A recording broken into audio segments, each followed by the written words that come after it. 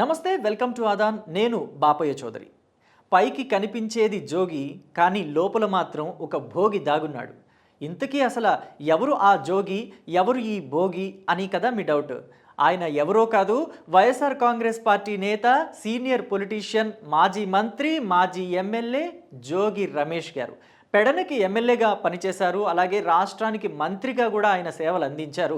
అయితే ఈ క్రమంలోనే అవినీతి కుంభకోణాలు కూడా చేశారని ఆరోపణలు వెలువెత్తుతున్నాయి. అయితే ఒక మాట చూసుకుంటే మనం గతంలో 2019 నుంచి 2024 వరకు వైఎస్ఆర్ కాంగ్రెస్ పార్టీ ఆంధ్రప్రదేశ్లో అధికారంలో ఉంది.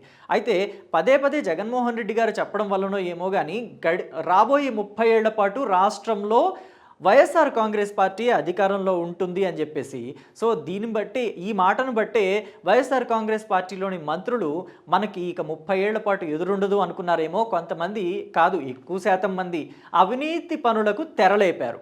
వారిలో జోగి రమేష్ కూడా ఉన్నట్టు వార్తలు వెల్లువెత్తుతున్నాయి.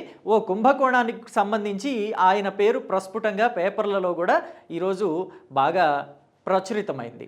సో ఇంకొక విషయం ఏంటంటే, కొంతమంది చూస్తేనేమో వైఎస్ఆర్ కాంగ్రెస్ పార్టీ పాలన తీరు, జగన్మోహన్ రెడ్డి గారి తీరు, మంత్రుల తీరు చూస్తే కొంతమంది మంత్రులు ఇక ఇప్పుడు కాకపోతే ఎప్పుడు సంపాదించుకుంటాం, ఈ 5 ఏళ్ళు దాటిపోయిందంటే ఇక మళ్ళీ అవకాశం వస్తుందో రాదో మంత్రిగా అని చెప్పేసి వాళ్ళు కూడా, కొంతమంది ఈ దిశగా ఆలోచించిన వాళ్ళు కూడా సంపాదించుకోవడం మొదలుపెట్టారట. అవినీతి కార్యక్రమాలు చిన్నవో పెద్దవో మొత్తానికి చేశారు అని చెప్పేసి ఆరోపణలు ఉన్నాయి వైసీపీ నేతల మీద, వైసీపీ ముఖ్యంగా మంత్రుల మీద, మాజీ మంత్రుల మీద. సో అయితే మంత్రిగా పనిచేసిన జోగి రమేష్ గారు కూడా ఓ కబ్జా కోరు పనికి తెరలేపారట. అది ఎక్కడో కాదు, విజయవాడ గ్రామీణంలోనే ఉంది. అది అంబాపురం గ్రామంలో. అయితే ఈయన గతంలో చూస్తే పవన్ కళ్యాణ్ని, ఏదైతే జనసేన అధినేత ఉన్నారో ఆయన్ని పదే పదే ఏమని పిలిచేవారంటే దత్తపుత్రుడు అని, అలాగే చంద్రబాబు దగ్గర ప్యాకేజీ తీసుకున్నారు కాబట్టి ప్యాకేజీ స్టార్ అని పిలిచేవాళ్ళు.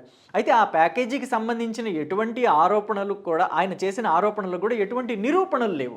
సో దీనివల్ల మనకి ఏంటంటే ఈయన చాలా నీతిమంతుడేమో, ఈయన ఎప్పుడు అవినీతి చేయలేదేమో అని కొంతమందికి భ్రమ కలిగించే విధంగా, అంటే ప్రజలకు కూడా కొంతమందికి భ్రమ కలిగించే విధంగా ఆయన ప్రవర్తించిన తీరు చూడొచ్చు. అలాగే చంద్రబాబు గారు స్కిల్ స్కామ్లో ఆయన జైలుకు వెళ్ళినప్పుడు కూడా ఆయన మీద కూడా వ్యంగ్యాస్త్రాలు సంధించారు ఈ జోగి రమేష్ గారు. సో దీనివల్ల కూడా చూసే ప్రజలకి ఏంటంటే, మీడియాలో ఈయనకు సంబంధించిన వార్తలు కానీ, ఈయన పెట్టిన ప్రెస్ మీట్లు కానీ చూసినప్పుడు ఈయన నిజంగా నిజాయితీపరుడేమో, ఈయన ఎటువంటి అవినీతి కార్యకలాపాలకి పాల్పడడేమో, ఇంత బాహాటంగా వారు అవినీతి చేశారని పెద్ద ఎత్తున ఆరోపణలు చేస్తున్నారంటే ఈయన నిజంగా ధర్మాత్ముడేమో అనే సందేహం అందరికీ కలిగింది. కాకపోతే ఈయన కూడా అవినీతి కుంభకోణమే చేశారని చెప్పేసి ఆరోపణలు వస్తున్నాయి. అది కూడా ఎవరివో కాదు, అగ్రిగోల్డ్ భూముల్ని ఈయన కబ్జా చేశారు. అసలే అగ్రిగోల్డ్ వాళ్ళు ఏదో ఐపీ పెట్టారనో వాళ్ళ భూముల్ని పక్కన పెడితే ఆ భూముల్ని ఈయన కబ్జా చేశారు. అయితే అగ్రిగోల్డ్కి సంబంధించి వ్యాపారాల్లో లావాదేవీలు ఉన్న ఒక భాగస్వామిగా పేరు చెప్పబడుతుంది అవ్వ వెంకట శేషు నారాయణ స్వామి. అయితే ఈయన భూములు అగ్రిగోల్డ్లో ఈయన భాగస్వామిగా ఉండబట్టి అగ్రిగోల్డ్లో ఈయన భూములు కూడా ఒక పక్కన ఉండాల్సి వచ్చింది. సో అయితే సర్వే నెంబర్లు మార్చేసి ఆ భూముల్ని మన జోగి రమేష్ గారు స్వాహా చేయాలని చూశారంట, సర్వే నెంబర్లు మార్చేసి.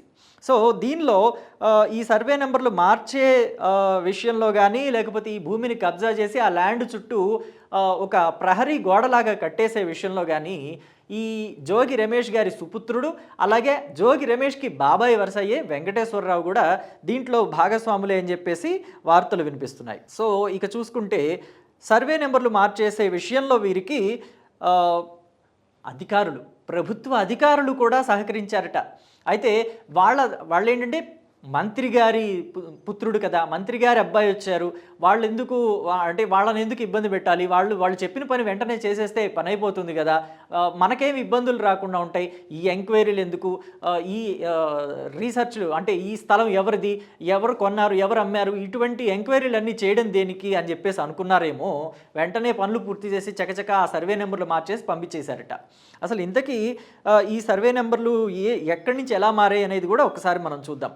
విజయవాడ గ్రామీణం అంబాపురం గ్రామంలో సర్వే నెంబర్ 87 సర్వే నెంబర్లో 2293.05 గజాల స్థలం మొత్తానికి ఈయన చక్కగా కబ్జా చేశారు. అయితే కబ్జా ఎలా జరిగిందంటే అవ్వ వెంకట శేషు నారాయణ స్వామి అనే వ్యక్తికి గల స్థలం ఇది. అగ్రిగోల్డ్లో భాగస్వామి ఈయన కాబట్టి ఆయన స్థలం ఒక పక్కన ఉంది. సో దాన్ని ప్లాన్ చేశారు కబ్జా చేయడానికి. ఎలా అంటే అంబాపురంలోనే 88 గల సర్వే నెంబర్లో పోలవరపు మురళీమోహన్ వద్ద జోగి తనయుడు అలాగే జోగికి బాబాయి ఇద్దరు కలిసి మొత్తంగా 2000 గజాలకి పైగా స్థలాన్ని కొన్నారు. అయితే ఈ స్థలంలోనే ఇది 88వ నెంబర్ సర్వే నెంబర్లో ఉండే స్థలం. దీన్ని ఏం చేశారంటే తెలివిగా ఈ స్థలాన్ని 87వ నెంబర్ సర్వే నెంబర్కి మార్చేస్తే పని అయిపోతుంది కదా. సో ఈ స్థలం పేరు మీద ఆ స్థలం కాజేయచ్చు అని చెప్పేసి చూశారు. సో ఇటు కొన్న స్థలంతో పాటు అక్కడ అగ్రిగోల్డ్ స్థలం కూడా సొంతం అయిపోతుంది. సో కాబట్టి ఏం చేశారంటే మేము 87 అని వేయాల్సింది సర్వే నెంబర్ 88 అని వేశాము.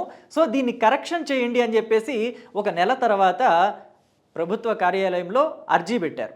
అర్జీ పెడితే మంత్రి గారి అబ్బాయి వచ్చి అర్జీ పెట్టాడు. సో వెంటనే మార్చేసేయాలి, దీనికి సంబంధించి ఎంక్వైరీలు ఎందుకులే మళ్ళీ అనుకున్నారో ఏమో. ప్రభుత్వ అధికారులు కూడా ఎటువంటి ఎంక్వైరీలు చేయకుండా చక్కగా సంతకాలు పెట్టేశారు. అడిగిన చోటల్లా సర్వే నెంబర్ మార్చేసి ఇచ్చేశారు. ఇక సర్వే నెంబర్ మార్చి ఇచ్చేస్తే అడ్డు అదుపు ఏముంటుంది. 87వ సర్వే నెంబరు, ఆ సర్వే నెంబర్లో 2293 గజాల స్థలం మాదే అని చెప్పేసి జోగి రమేష్ గారి అబ్బాయి అక్కడికి వెళ్ళిపోయాడు. చక్కగా సర్వే నెంబర్లో ఉన్న ఆ స్థలం చుట్టూ ప్రహరీ గోడ కట్టించేసి ఇది మా స్థలము అని చెప్పేసి ఆయన తేల్చి చెప్పేశాడు. దీంతో చేసేది లేక అవ్వ వెంకట శేష నారాయణ స్వామి విజయవాడలో పోలీస్ కంప్లైంట్ ఇచ్చారు. పోలీస్ కంప్లైంట్ ఇస్తే మాత్రం ఒరిగేదేముంది చెప్పండి. అధికారం వైఎస్ఆర్ కాంగ్రెస్ పార్టీది.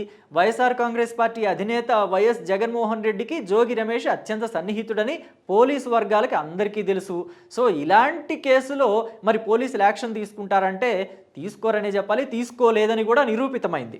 సో ఇక్కడ చూసుకుంటే తహసీల్దార్ ద్వారా ఆర్సీ నెంబర్ FL 24284/2023 FL 24284/2023 కింద భూస్వాధీన ఉత్తర్వులు కూడా పొందారు అప్పట్లో జోగి రమేష్ గారి అబ్బాయి. అలా స్వాధీనం చేసుకునే ఉత్తర్వులు పొందబట్టే ఆ స్థలాన్ని కబ్జా చేశారు. అయితే దీనికి సంబంధించి ఒకానొక టైంలో MRO కూడా పోలీసులకి లెటర్ రాశారు. దీనికి సంబంధించి ఇది వివాదాల్లో ఉంది అని చెప్పేసి తహసీల్దార్ జాహ్నవి దీనిపైన 2024 మార్చిలోనే పోలీసులకి ఒక నివేదికని పోస్టులో పంపించారు. అయితే పోలీసులు ఆ నివేదికని అసలు పట్టించుకోలేదు. ఈ వ్యవహారం మొత్తాన్ని తొక్కి పట్టించారు.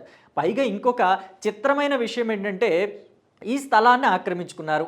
అయితే ఆక్రమించుకున్న స్థలాన్ని క్యాష్ చేసుకోవాలి. సో క్యాష్ చేసుకోవడానికి ఎవరో ఒకళ్ళు పాపం వెర్రి గొర్రెలు కావాలి. ఆ వెర్రి గొర్రెలు కూడా ఎవరో కాదు, మళ్ళీ వైసీపీ వాళ్ళనే వెర్రి గొర్రెల్ని చేశారు జోగి ఫ్యామిలీ. సో ఏం చేశారంటే వైసీపీకి సంబంధించిన కార్పొరేటర్ను కాయని పట్టుకున్నారు. ఆయన పేరు పడిగపాటి చైతన్యారెడ్డి. ఈయన బంధువులకి ఈ స్థలాన్ని అమ్మజూపారు. వాళ్ళు కూడా జోగి రమేష్ గారి అబ్బాయి అమ్ముతున్నారు, జోగి రమేష్ గారి ఫ్యామిలీ నుంచి వస్తున్న స్థలం కాబట్టి ఎటువంటి ఇబ్బంది ఉండదు, పైగా ప్రహరీ గోడ కూడా కట్టేసి ఉంది కాబట్టి దీన్ని నిరభ్యంతరంగా కొనుక్కోవచ్చు అనుకున్నారేమో, కొనుక్కున్నారు. పాపం ఇప్పుడు అడుసులో కాలేసి కాళ్ళు కడుక్కునే పరిస్థితికి వాళ్ళు వచ్చారు. ఈ వ్యవహారం మొత్తం 2024లో కంప్లైంట్లతో సహా వెళ్ళింది. సో ఇప్పుడు ప్రభుత్వం మారడంతో జోగి రమేష్ గారి అవినీతి వ్యవహారం మొత్తం నెమ్మదిగా బయటకు వస్తుంది. అంటే ఈ ఒక్క స్థలమేనా, ఇంకా ఇలాంటివి ఏమైనా ఉన్నాయా, ఆయన కబంధ హస్తాల్లో చిక్కుకొని ఇంకా ఇతరత్ర స్థలాలు ఏమైనా ఉన్నాయా అని తెలియాలంటే వెయిట్ చేయాలి. సో మొదట్లో మనం చెప్పుకున్నాం కదా, పైకి కనిపించే జోగి లోపల మాత్రం కనిపించని భోగి అని. మరి ఈ కామెంట్ మీద మీ అభిప్రాయం ఏంటో కామెంట్ బాక్స్లో తెలియచేయండి. Thank you.